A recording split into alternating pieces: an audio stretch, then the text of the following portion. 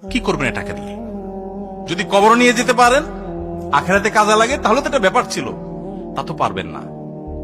আপনি বলবেন না পারলে কি হয়েছে, ছেলে মেয়ে খাবে, ছেলে মেয়ে ভোগ করবে নিশ্চিত। বহু মানুষ সম্পদ রেখে চলে গেছে, তার ছেলে মেয়েরা ভোগ করতে পারে নাই, হাতে বুতে অন্য মানুষ খেয়ে ফেলছে, আছে না নাই? সবচেয়ে বড় হতভাগাকে জানেন?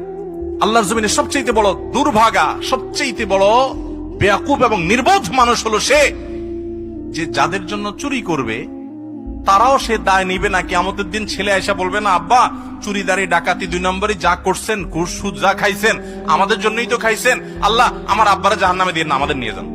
বলবে না ভাই, কোরআন বলেছে ইয়াউমা ইয়াফিরুল মারউ মিন আখিহি ওয়া উম্মিহি ওয়া আবিহি ওয়া সাহিবাতিহি ওয়া বানিহি।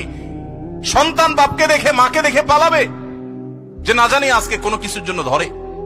সবাই ইয়া নাফসি ইয়া নাফসি করবে। যাদের জন্য চুরি করবেন ওরাও দায় নিবে না। আপনার মতো নির্বোধ কে হতে পারে? সন্তানকে চুরির সম্পদ দিয়ে বড় করবেন না, সততা দিয়ে বড় করেন।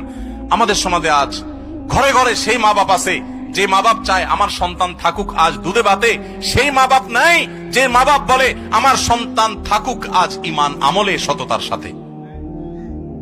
সেই মা বাপ নাই। মা বাপ নকল কিনে এনে দেয়, বাবা 2 নম্বরই করে পরীক্ষা দেয়।